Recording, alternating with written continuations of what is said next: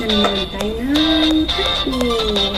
Madali siyang buksan kasi sinunod ko yung tips na ibabad sa mainit na tubig.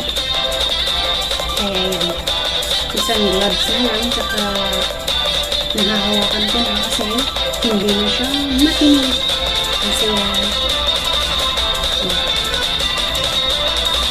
pero kanina, yung pagdating,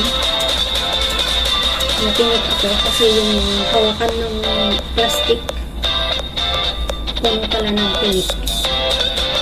So, nung binabad ko siya, nakinugasan, nawala ang tinik, kaya okay na siyang hawakan.